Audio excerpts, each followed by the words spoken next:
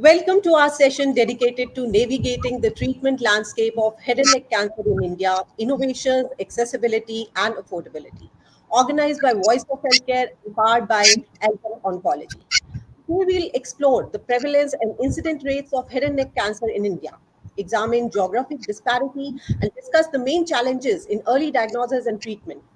We will also highlight advancement in surgical, radiation, and chemotherapy treatments, the role of targeted therapy and immunotherapy, and the potential of telemedicine and digital health in improving cancer care. Additionally, we will address the critical issue of availability and affordability of cancer treatment in India and discuss strategies to make effective care accessible. I am Dr. Manisha Khurana, and on behalf of Voice of Healthcare, I'm delighted to host this session. Our panelists for today's discussion are Dr. R. Ranga, Chairman, Medical Oncology, Paras Healthcare. Welcome, sir. Ms. Urvashi Prasad, Director, DMV Office, NITI Aayog, Government of India. She would be joining us. Colonel Ajai Tomar, CEO, Indian Cancer Society. Welcome, sir. Dr. Kaushal Patel, Senior Medical Oncologist, Elite Hemat Onco Care Center and Daycare. Welcome, Dr. Kaushal. Dr. Akhil Kapoor, Associate Professor, Medical Oncology, Tata Memorial Center, Varanasi. Welcome, Dr. Akhil. So to begin with, my first question is to Dr. R. Ranga. What are the current prevalence and incident rates of head and neck cancer in India, and how does these rates vary across different regions in India? Right. So, may I request for my slides to be presented because the data is been published recently, and there's a very good data of the statistics. So, and this publication by the the ATRAC from Tata, and then many other 37 population-based registries that's available in the e-cancer, and then that really reflects the state of head and neck cancer in India. Next slide, please. So the according to this paper that we have, the all-site cancer incidence is about 103.7 for the males and 102.4 for the females per 100,000. And the head neck cancer, the same figures are 25.9 and 8 for males and females respectively. So this is, I think, the solid statistics which have been gathered from 37 population-based cancer registries. Next slide, please. And this slide shows very well. I hope all of you can see this. Important thing is they have reflected all cancers in the first graph for both males and females, and then the one which is reflecting the the smaller graph that shows the head neck cancers. And if you see all the graphs together, the northeast has the highest of the cancers, head neck cancers in India and in amongst the males. That's one important thing. It is prevalent in north as well as it is in the west all over, but highest is in the northeast India. Next slide, please. And this is the cancer. This is reflecting the various regions there again. And here the northeast region has got the highest of cancers, all of them. They almost reaching the highest figure in the males. Next slide, please. And here the head neck cancers account for about 26% of all cancer cases in the males and 8% in the females. Risk of developing head neck cancer was 1 in 33 for the males, 1 in 107 for the female. In India, the number of cancer is rising. Currently, about 1.4 million, which means 14 lakh patients are being reported. These are the statistics from Globocan 2020. And according to the same authority, that is Globocan 2020, there will be 2.1 million cases. In other words, 21 lakh new cancer cases by 2040, an increase by 57.5% from year 2020, which is a huge number. And in India, more than 65% of the patients they attend the hospital with locally advanced disease. Next slide, please. And here the age-wise, the lowest is in the age group 0 to 19, and the highest is in the 40 to 59 in the northeastern registries with ASAR of 62.1 per 100,000 population. And the incidence rate of 40 to 59 and was also in the range of 36.3 to 62.6, and it's a quite bit in other things. And compared to all the other groups, group 60 and above had the highest in the ASR in both males and females. Next slide, please. And that should be my last slide. The possible reasons for high incidence, I think we all know, and we're going to discuss about it, is the extensive use of tobacco, pan masala, which includes the betel quid, areca nut, stacking lime, and gutka. And strong measures are required, namely the awareness, education, and most important thing, banning the oral tobacco and the pan masala production in India. I think that's the ultimate thing, because I was just sharing with the panelists the other day, just now, that when I was traveling in, you go to any taxi, any travel anywhere in India, almost every driver will be having the pan masala before starting the thing, and he will keep on chewing it throughout. That smell, of course, is also to be tolerated by you if you're traveling. At the same time, importantly, they are not realizing the bad effects. They only look at the thing that it can prevent sleeping, I mean, prevent them from sleeping during the travel. So that's all I have. Thank you very much for this patient hearing. Thank you, Dr. Ranga. My next question is to Dr. Akhil. Are there any standard treatment protocols for head and neck cancer? How are advancements in surgical, radiation, and chemotherapy treatment for head and neck cancer in India compared to developments in other parts of the world? And what role do targeted therapies and immunotherapy play in treating head and neck cancer? So thank you for this question. I work at a central government hospital known as Tata Memorial Center at Varanasi. So definitely there are standard treatment protocols which are available, and these are known as evidence-based guidelines which are available at our website. Besides, there are some standard guidelines followed by our Indian societies, European Medical Oncology Society, and also the American societies. So these guidelines are available at various portals. But the point to be noted is that, as it was being highlighted, if the disease is diagnosed at very advanced stage, the problem is that most of the time we are unable to cure the disease. And this disease, advanced head and neck cancer, troubles not only in terms of life, but also in terms of symptoms. The symptom burden is so high that the patient and the entire family is devastated. So these points are very important when we are deciding the treatment options. So if we look at the options of targeted therapy, immunotherapy, yes, these are available in India and being utilized in a lot of patients as well. But the cost of these treatment remains significantly high. So we conducted few researches. I will just highlight very briefly. One of the research is low dose immunotherapy research, because a drug called nivolumab is one of the standard immunotherapy. We did a research of 20 milligram nivolumab, which is 1/10 of the original doses, and it proved that at 1/100th cost, it is proving to be nearly similar effective to the full dose treatment. So the treatment which is costing 4 lakhs per month is reduced to close to 40,000 per month. Then even 40,000 per month is not affordable for a large number of the patients. Then we did another study where we combined chemotherapy with triple metronomic treatment, which is the oral treatment along with injectable chemotherapy, where we found that yes, it was nearly similar effective. It was not a direct comparison, but it was found to be nearly similar effective to the targeted therapy and immunotherapies. So there are various ways and means by which we can reduce the cost of the treatment from 3 to 4 lakhs per month to just 5,000 to 6,000 per month. And that research has been recently presented by me at ESCO this year.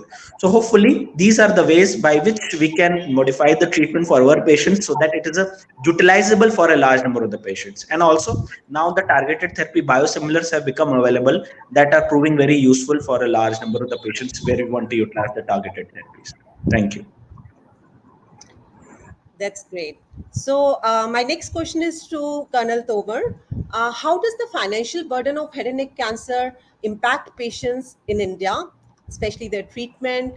And what challenges do patients in tier 2 and tier 3 city face in accessing head and neck cancer treatment? Thank you, Dr. Khurana, for the question. Now, the financial burden of head and neck cancer is immense, and significantly, it affects the people, those who come from lower or middle income groups, especially from cities tier 2 and tier 3. Now, just now it has been told by, it was very nice to hear Dr. Akhil telling that cost of treatment is being reduced by using research and biosimilars. So that is very good news. But otherwise, the surgery and the cost of reconstruction is very, very high, prohibitive, which people cannot afford. Then radiation and chemotherapy cost too much, and it has to be given multiple times. So that is a burden on these people. Medication itself is very high, and it has to go on for a very, very long time. So these are the direct costs which affect the common man of tier 2 and tier 3 cities, especially. Then indirect costs are also immense. Traveling from these cities to metropolitan city where these the secondary and tertiary cancer hospitals are available. In tier 2, tier 3 cities, accessibility is very much limited. So the travel cost, once they come here, I myself, I know, I've been with Indian Cancer Society for last 3, 4 years. We give them financial assistance for treatment. That is, we pay their bills of chemotherapy, of radiation, things like that, for MRI, for diagnostics. But they come and say कि साहब हम लोग रहे कहाँ? Why don't you give us some money to stay in some place? We have got a resource directory. We tell them, please go there. Either Dharamshala hai, go to that place. There you will get cheap accommodation. But that also becomes very prohibitive for them because they have to pay daily, and cost ranges from if they're staying in a Dharamsala sort of a place, then 200 rupees. Staying in a shared room, still about 500 to 1,000 rupees per day. It's becomes prohibitive, and this is these indirect costs which affect them. Then once they come here, they don't come alone. They've got caregivers. So caregivers lose their job or their salary is cut. Similarly, बिचारा patient तो क्या करे? He's got nothing. He can't say anything. So he loses his job, and also these are indirect type of things which actually affect these people. Luckily, Ayushman Bharat, which came as a big relief to crores of people, NITI Aayog, they'll be able to amplify much better as to how much of coverage it is being provided. But it is quite a bit for those who can't afford. And what we had recommended recently, that coverage of 5 lakh should be increased to 10 lakhs. So if that happens, it will be very nice. Now coming to the challenges of tier 2 and tier 3 cities, like I've already amplified, there is lack of hospitals in such places. So people rush to these places. So something has to be done about it.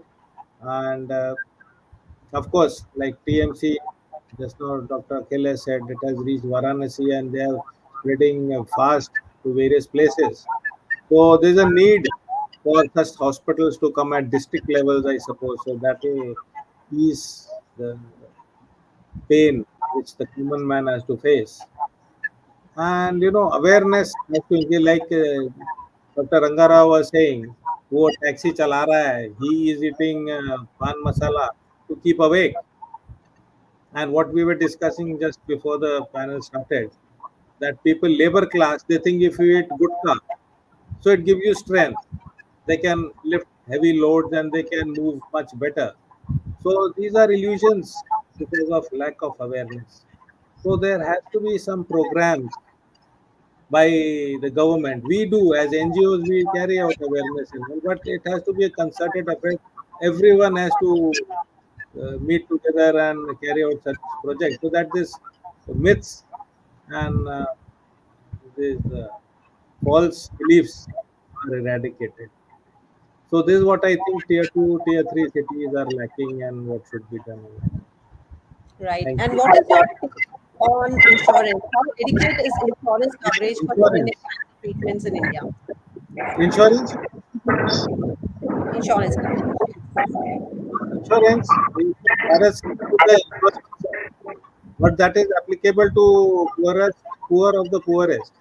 And I am not an expert on insurance, but let me tell you that insurance, if it is given to a person and he starts suffering from cancer, there are so many exemptions which come in his way. ये तो we don't cover. This is out of the scope. So it is very big problem. And most of the people, those who come to us, are without insurance. I'm talking of those people who have got insurance, private insurance. Ayushman Bharat Chod. So this problem of insurance is very much there. Again, some advocacy has to be done by the to the government. Ki please make it more for head and neck, yeah, for any cancer. Make these insurance policies more friendly. Right. So my next question is to Dr. R. Ranga Rao. How can the introduction of biosimilars impact the overall healthcare system and resource allocation for cancer treatment? And how does the newly launched biosimilar for head and neck cancer treatment improve affordability and accessibility? Yeah. So biosimilars, and India is the hub for manufacturing the biosimilars. It has made a huge difference. And one of the examples in the non-Hodgkin lymphoma, when rituximab came alone for about 10 years, it was so expensive. And today rituximab has come and R-CHOP has become a standard of care. And same thing with the cetuximab and probably immunotherapy later. We will also have good generics or biosimilars available, and I think that should make the treatment much better. But what I am little concerned is that even when the biosimilars are launched, they are launched with a much higher price than what one can imagine. Even the common sense fails to understand why it has to be nearer the price of the original. I don't think that there's a need. So government regulations may come up and actually they look at the manufacturing cost and the marketing cost and then decide the price rather than they just doing any, I mean, very sky high prices, which, and then ultimately they give some kind of a rebate or something through the free vials and all that. Yes, that's also a good step. But I think on the whole, they can bring down the prices. But it's a very welcome thing that we have multiple biosimilars by multiple marketing and the manufacturing agencies. It will be more than welcome. Right. So my next question is to Dr. Akhil. How are technological advancements improving cancer diagnosis and treatment? And what are the future trends in head and neck cancer research and treatment? So we talk about the technological advances. We can understand about the different modalities. Let's first take about surgery. As it was being highlighted, there are various reconstructive surgeries which have been added. So what is the main aim? To improve the quality of life of these patients, so that the patients, if the some part of the head and neck is removed, another part is implanted and it can work in nearly similar way as the original one. So that is one of the way is a technological advance for surgical intervention. If we talk about radiotherapy, radiation, there are various ways by which radiation can be delivered. One way is 3D CRT, one is IMRT, other is IGRT. IMRT has known to be useful for reducing the toxicity, that is side effects of the treatment, which is also very important because we see that around 10% of the patients default treatment, they stop treatment because of the side effects. So that is another innovation which is required. Apart from this, chemotherapy and targeted therapies, these are required not only in advanced diseases but also during the treatment of a disease when radiation is going on. Concurrent chemotherapy is required to improve the effect of radiation.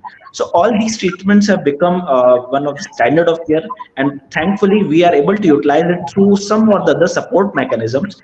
As Colonel Sir was telling, Indian Cancer Society has helped us in a large number of the patients for getting good quality and one of the best possible treatment at our hospital and also Tata Memorial Mumbai.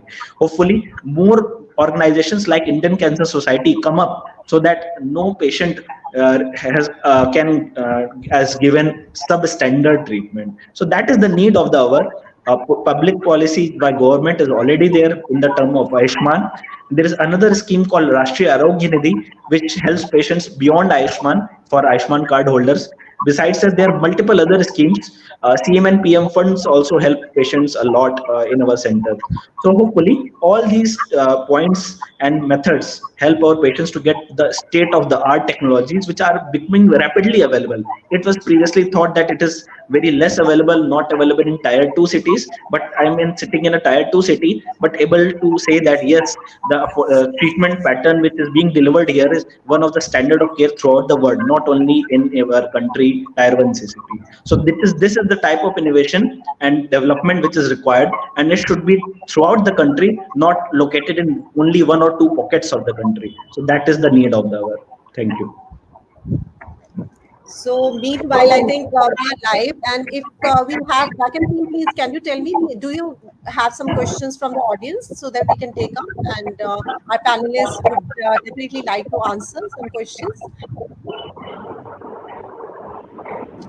Okay, so there is a question that how can we know that cancer is there and how can we detect it in the early stage? I think that's very important. So I'll ask Dr. Ranga Rao, uh, how can we detect head and neck cancer Yeah. early? So we are talking about the oral cancers and then head neck cancer. So if there is a small ulcer and a small lump in the neck, we come to know that this is very early. And then before even it starts producing symptoms, I think that should be diagnosed. Then only one can have this. So I think the awareness of the head neck cancers in India is ulcers, swellings, difficulty in chewing, difficulty in swallowing. I think these are the things. And a lot of people, they go to the dental dentist and also the ENT surgeons for these problems, or the general practitioners, and then they can, so probably by good oral examination, they can diagnose these patients much earlier than what they are.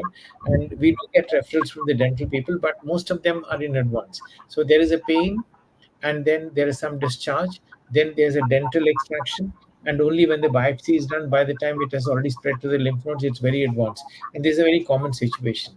So the advice to all the people for the oral cancers in the early stages is they keep looking. I mean, when they're brushing their teeth, when they're cleaning their mouth, whenever they can just see the dentist, or themselves they can notice a small ulcer or a lump in the neck or pain somewhere, they could report to the nearest ENT or the onco surgeon wherever possible, and then they can get them diagnosed very early.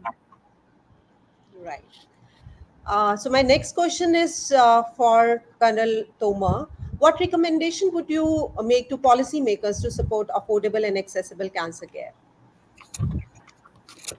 Yeah, now regarding policy changes, like we were discussing about the cost increase in funding is required to be done.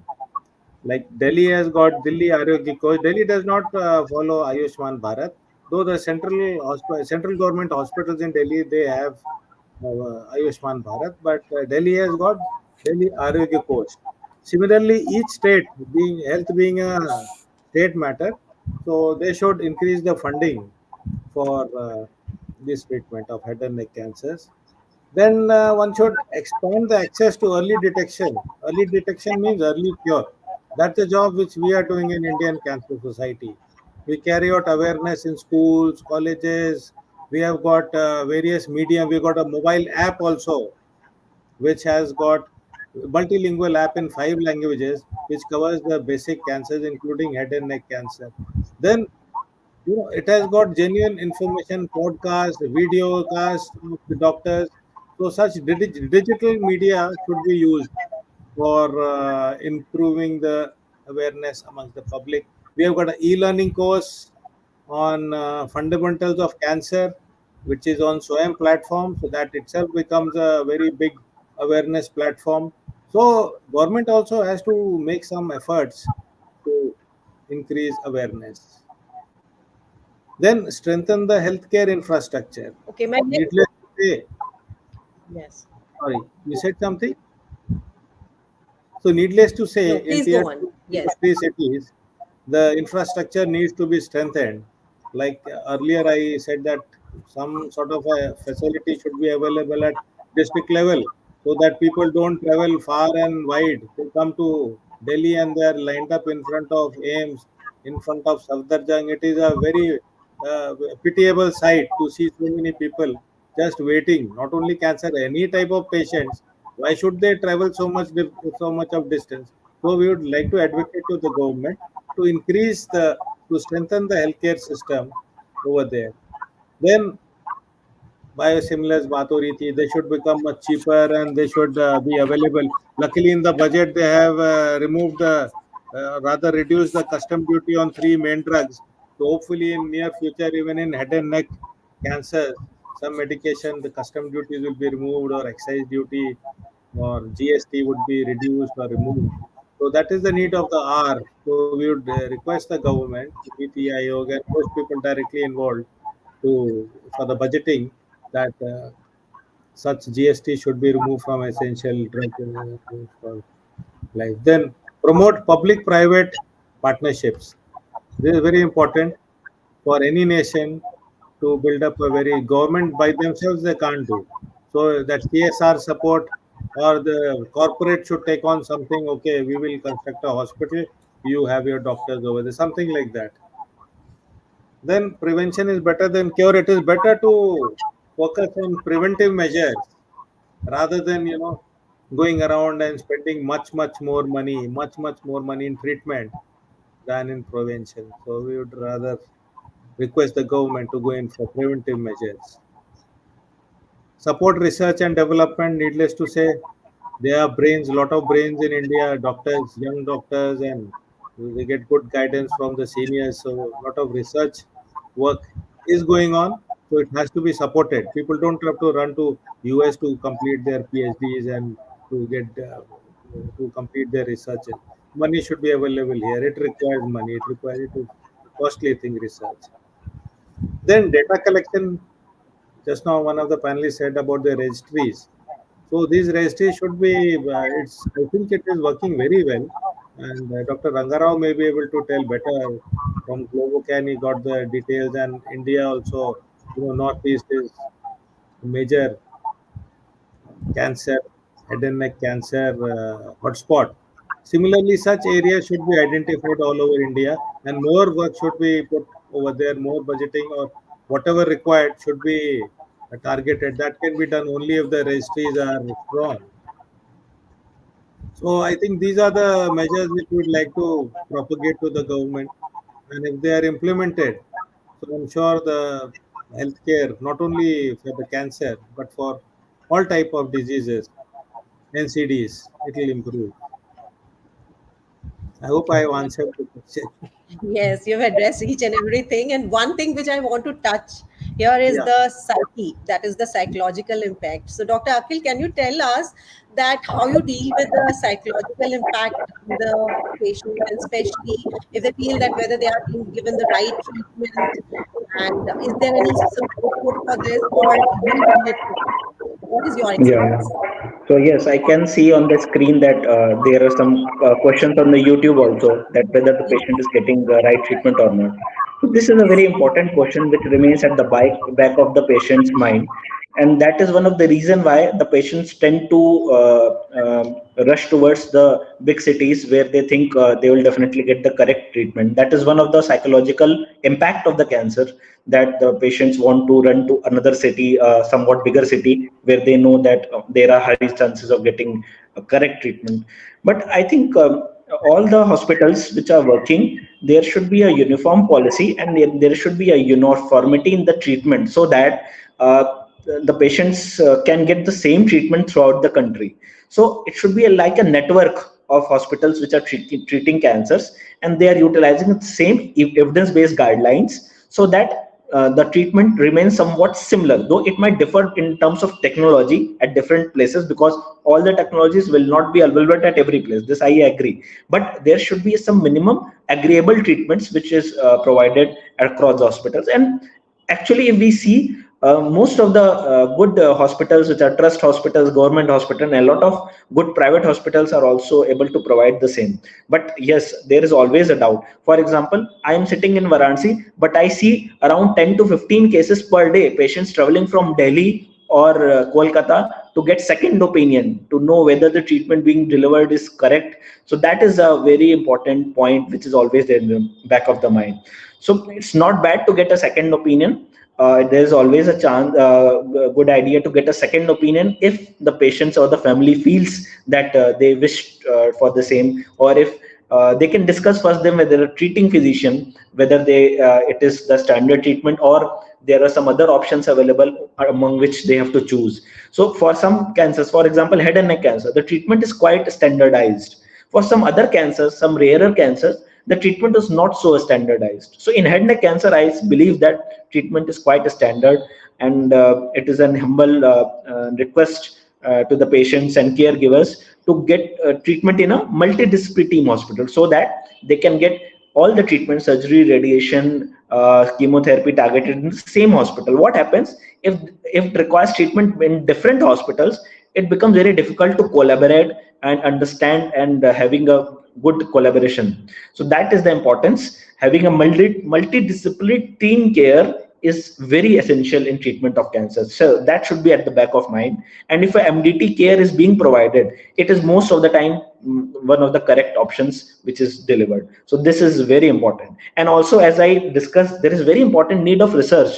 And in our center, we are doing about 32 randomized trials which is supporting patients in various ways, and some of the state of the art treatments which are not yet available as a standard of care in our country are being delivered as a part of the clinical trials. We had an association with US government also. This was known as Project Asha, which Modi government had signed with Biden government, that all the trials in cancer which are being started in US will be also replicated in India at the same time. So such understandings and with US and other European unions are very impactful and will actually change the way we treat cancers. And this also opens new doors of avenues for our patients by utilizing advanced cancer treatments, which is not very easily affordable for a large number of our patients. Thank you. May I add something to this? Right. Okay. So one of the important thing is the question the vlogger had asked: how do they know that this treatment is the best and optimal for them? And as Dr. Akhil has said, they should consult the entire team and ascertain in the same hospital. Like for example, if a surgeon may say, what happens in practice is, I'm just quoting, a surgeon may say, no, आप इनको सीधा operation कराओ. They go and visit the radiation oncologist. Say, नहीं आप किसने बोला surgery कराओ, radiation कराइए, and then chemotherapy कराइए. So they get two different opinions from the same hospital. So I think they can have a tumor board. They can request for a tumor board, multidisciplinary meeting. That is one of the things. And second thing is having a second opinion from a respected, reputable institutes, AIMS, Tata member hospitals. I think that's a very important thing. And then I would suggest to them that they should not Google unnecessarily unauthentic sites and then learn from that. Google ne ye bataya, Google ne wo bataya, or my so and so person sitting in US, as if every person in US is so wise and well known. So I think those things should be avoided. They should take the authentic opinion. And I think that's one important thing. The previous question was there about something which I wanted to answer.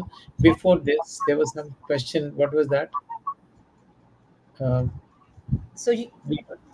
How can a patient be right treatment? Psychological effect, yes.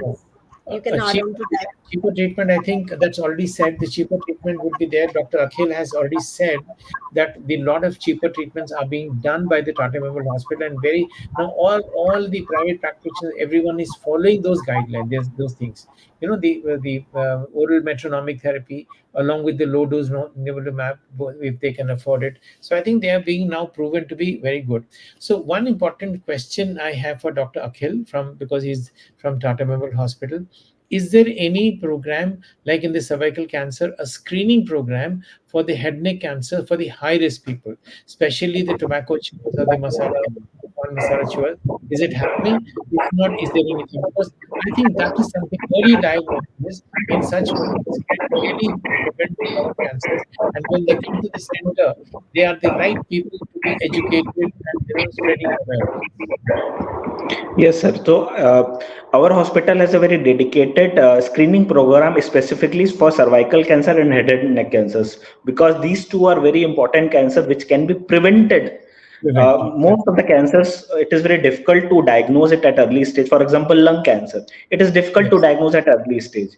But screening and prevention is highly applicable in head and neck cancer and also in cervical cancer. That is a बच्चेदानी का मुंह का cancer, जिसको simple language में बोलते हैं.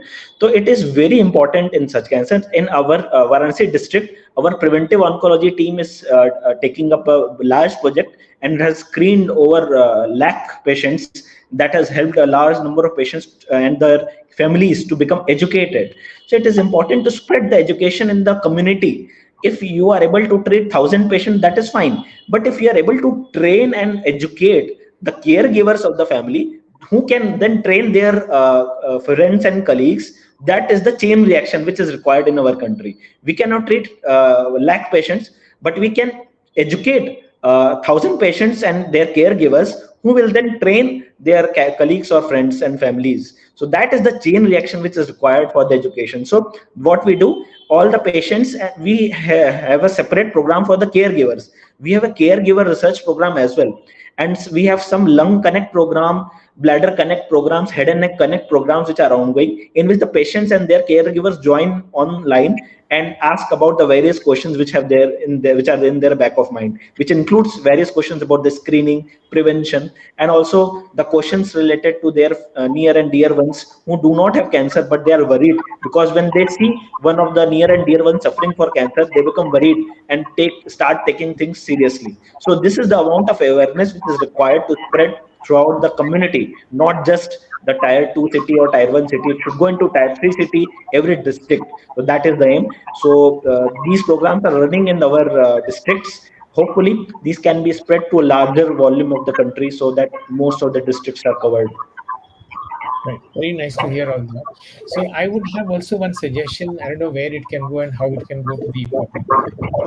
Where education, like, all these school students who are in class 9, 10, 8, 9, 10, if they are having some lessons in their book somewhere about the tobacco, about the smoking, about the cancers, I think that would learn a very long way. And if they do have, if they are taught from the childhood, they at least not only they will not become victims, hopefully, and then they will also address these problems when their parents are having. Children have a lot of influence on the parents. I think this is one important thing. I don't know how to say and who's going to listen to this. I think this is one important suggestion I have to spread the awareness among the students right in the beginning, in the junior classes across the country. Completely agree, sir. Completely. Right. So, Dr. Akhil, can you tell me that what is the potential of telemedicine and digital health, especially if we want to reach the remote areas, especially if we are talking about awareness here? You're asking me? Yes, Dr. Akhil, please. Okay. Yeah. So, as I discussed, a lot of patients try to take second opinions at the reputed institutes, including, as Sir said, AIMS, Tata Memorial, and various other institutes, not only these two. So, I think it is very important for the government to concentrating on the teleconsultation facilities. I think all these institutes now have some or the other teleconsultation facility which is becoming available, and this teleconsultation is not only for the patients but also the primary health physicians. For example, a doctor, a general physician who is sitting in the tier 3 city and wishes to get an opinion on how should he or she proceed with the treatment and how she, whether the patient needs further assessment or not. This physician can also consult with the tertiary care hospitals like Tata Memorial, AIMS, or other hospitals. So I think this is very, very important actually for the treatment perspective of the patients and also the general physician, because how many centers you will open, you will not be able to cover 100% districts. This is not practically feasible for a, because we have so huge population, so huge country. It is very difficult for the government to bring large hospitals in every district. So what they can do, the hub and spoke model, which is already discussed, the spokes should be able to get the guidance from the hub centers, and they should be able to function independently, and the treatments which require high amount of specialization, high amount of technology, they can be referred to the hubs for the treatment. So I think Tata Memorial Center has been started following this model, hub and spoke model, and I think there is a need for more amount of spokes coming up so that the hubs are also decongested, and more number of patients and also the physicians can get the guidance from the multidisciplinary team, because multidisciplinary teamwork is not under one doctor. It can be done only in specialized centers, and the government has to take the initiative for this. Thank you. Yeah. So I have one point about the digital information. In this era of the digital era, where information is supposed to be given, and we all know that, and very it's a widely prevalent thing all over, especially in India, misinformation about many things is being, and then good information, whether it's about the health, whether it's about the smoking or cancers or anything for that matter, is not being done. You hardly have any good information about the health or something. Even if it is there through AI, they change and then quote and then they put some other information. So I think, I don't know, I don't have any answers. I'm just posing a problem and food for thought. I think something must be done about spreading a good awareness through the digital means in a healthy way. And then none of the TV channels have ever a health program or a health question. They will have, I mean, on marriages, I mean, whatnot, everything but for the health. There's no health channels, there are no health sessions which cover about this. I mean, I think that could be done. A lot can be done about this health in India through the media. And if the media piece, some people are listening to this, any vlog or anything, I think they can actually participate in this. A lot of things can be done through digital media which are not being done. And then only, I don't want to call them, but very not so wise things are being done, and they meaningless things. And in fact, we feel like switching off the TV when such programs come in. So, I mean, that's a message. Good messages can go through we can make use the best digital program. We have widespread. Who's the person not having a mobile? Nobody. Everyone has a mobile. So everyone is listening to a song, and everyone can listen to a good health message. I'd like to interrupt over here. Like Dr. Guleria, he had become a household name during COVID. So it was all initiative of the government and by the TV channels when they used to ask health experts to come on and speak about COVID. I think similar programs should be held more frequently and urgently about cancers also. Thank Yeah, very you, true. Dr. Rangarao, for letting me speak. Thank you. Dr. Rangarao, what are your views on public-private partnership? Yeah, fine. I mean, we deliberated on this in many places. Yeah. It's a very good concept, very good concept. Difficult to get through it. In the setting that we have, nobody is opaque. Nobody is transparent about the whole thing. Neither the private, nor the government, nor the intermediate agencies. So the transparency lacks, and the most important, the intention lacks. The moment you go to a private, the first thing is hidden agenda is how much money can I make. The government agent, how can I get the publicity? How can I squeeze this private fellow to get the juice out of him? So I think the intention lacks the conviction, and then that's the reason why they fail. Otherwise, it could be a brilliant idea. I really want to know in which specialty, in which field of anything this has become successful. I'm aware. I'm not aware of any such thing. Somebody can educate me. Yes, okay. So and so people, whether it's education, whether it is some infrastructure, whatever, everything. I mean, you look at the roads, you look at anything. It's all bad. And then private public partnership, they will host. I mean, if a cricketer has made a century, they don't mind giving him few million rupees for giving a car to him, but they don't want to spend on a good cause. I mean, that fellow is already rich, stinkingly rich. He can't even 10 generations can't spend that money that he has. Why are you enriching him again for that? And then look at I mean, I don't want to compare the brave soldiers who fought and lost their life. Who's looking at them? So I think this so-called public-private partnership is a very good topic to discuss, but very difficult to implement. Okay, so Dr. Akhil, how can we reduce the cost of treatment, especially head and neck cancer treatment, since it's like a financial burden? So, reducing the cost of the treatment, it's a challenging work and requires innovation. So, I have given some examples of innovations already, and we need to understand that various innovations are required for all the techniques. For example, if we see a technology in terms of surgery, we want to preserve the mandible when we are doing a surgery. So, if we are doing mandibular preservation, it will not require any prosthesis. So, for that also, we did a randomized trial by which utilization of selecting the correct patients, giving them neoadjuvant chemotherapy that can help in preserving the mandible of the patient. That has been already presented, and further randomized phase 3 trial is ongoing in which Tata Mumbai and Tata Varanasi are taking part. Apart from this, I will give you another example. The example which I have already given, but I will highlight it more prominently now regarding immunotherapy.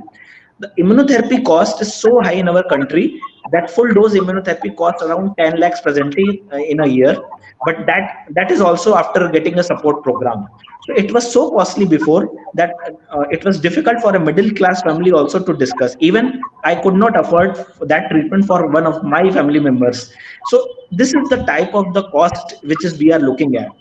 So some innovations are always required for a country like ours, by which we can reduce the cost. One was low dose immunotherapy concept, which we discussed. Apart from that, biosimilars. Biosimilars are always there, but they biosimilars should be tested with the innovators, and there should be good data for the same, those, so that the doctors have a very good amount of faith in these drugs. So that is very important. So all these innovations and researches are very important. We see the researches, the various researches which are being done in India. This in India, in India we were able to contribute only 0.5% of the patients to the global randomized trials. That was around 10% for China. Now, in the last 2 to 3 years, we have increased from that 0.5% to close to 3%. So we have a still long way to go, but at least we could improve within 2 to 3 years from 0.5% to 3%. This is because of the government policies which have allowed the randomized trials to happen in our country, and the criteria to be made easier for to be followed. So I think more innovations in terms of improvement in the policies, so that more researches can be done in our country. I think last year we heard about a research fund, about 50,000 crores research fund has been constructed by the government. This year also, research fund was increased from 500 crores to 1100 crores in this budget. So all these things are very important and necessary for us. Thank you. My concluding things would be, I would definitely like to take some concluding remarks, some concluding key takeaways from our panelists. I start with Colonel Tomar. Yeah, just wanted to say that there are some social barriers which need to be removed very urgently. We do a lot of screening over here. So the women, if they say ki bhai, like you have to get yourself checked for further checkup for cervical cancer. I'm not talking of head and neck, or say for head and neck also. So she says ki I'll have to ask my husband. So this woman empowerment is a must. It's a very big social barrier. They have got no role to play. Husband अरे ठीक है तो ऐसे ही बोलते रहते हैं. They want to earn money. They want to recommend you to go to a hospital. You just leave it. So even if she wants to go, she can't go. So my thing is women empowerment is also required. This social barrier has to be removed. Thank you. Right. Dr. Ranga Rao, Yeah. please. So my question, my rather parting comments and suggestions for the head neck cancer. I think we must concentrate on prevention, and has been highlighted very well that this is one important cancer which can be prevented. And the maximum cases happen in India, and simply because of one factor, and that is the oral tobacco consumption, pan masala consumption. And then there is a lot of research already done on oral submucous fibrosis, which is the precursor to the cancers and multiple cancers, and that's one of the worst things that can happen to our humankind, and it is totally preventable. All one has to do is ban these products, and then make them illegal. I think that should be done, and at the same time health awareness and health education can be coming in. And I'm very happy to know that Government of India through Dr. Akhil that the research funding is done. But I have only one suggestion. Why they're saying, when somebody Shiva Kumar, why can't we ban gutka? It's only possible at the government level, and then if they ban gutka, I think that'll be fine. Important thing why they don't ban is because the gutka, the manufacturers, dealers, distributors, there's a political link throughout. And how the tobacco cannot be banned, the same thing is also applicable. Coming back to the question about the research, and I feel Dr. Akhil, I mean, I think we've made a very good point that research is being done. I'm very glad that Tata Memorial has been giving us a lead about many things which are happening, and at the same time questions which are asked in the research. For example, head neck cancers, what are those key questions which will affect everyone? I won't be so happy to see a p53 mutation in head neck cancers leading to research. I mean, I'm not sure whether what is the impact of such a kind of a paper. There may be something in future, but I would be concerned what is the best chemoradiation agent. Like, I think this already cisplatin has been done, so maybe some targeted therapy like cheaper ones, gefitinib and all that, they could be tried as a chemo, as a radiosensitizing agents. I think those are the things which will impact the day-to-day treatment. The questions are to be decided. That's one of the things. Third thing is the oral cancer screening. I think that's one. Dr. Akhila said there's something. And if the Tata Memorial Hospital comes out like they have done with the cervical cancer, and maybe the government will adopt simple the screening measures, and then a lot of people can be done then screen for the oral cancers, especially the high risk people. That's the message. And then I think the multidisciplinary meetings have to be done for the head and neck cancers extensively, most encouraged in almost every place. That's a suggestion to the viewers, those who are seeking the treatment, advice to them that they should ask for it in case the doctor is not suggesting. So go and ask the same hospital radiation oncologist. So what is your view? And a medical oncologist, what's your view? They may not be able to sit across the table and discuss because of the time constraints. It doesn't matter, but you can always take opinions. Take a good second opinion before you start the treatment, and then start your treatment at that particular time, and then see if there are any other options. If there are any other options available, sometimes there may be a simpler option than a very complicated option. So I think one should explore that.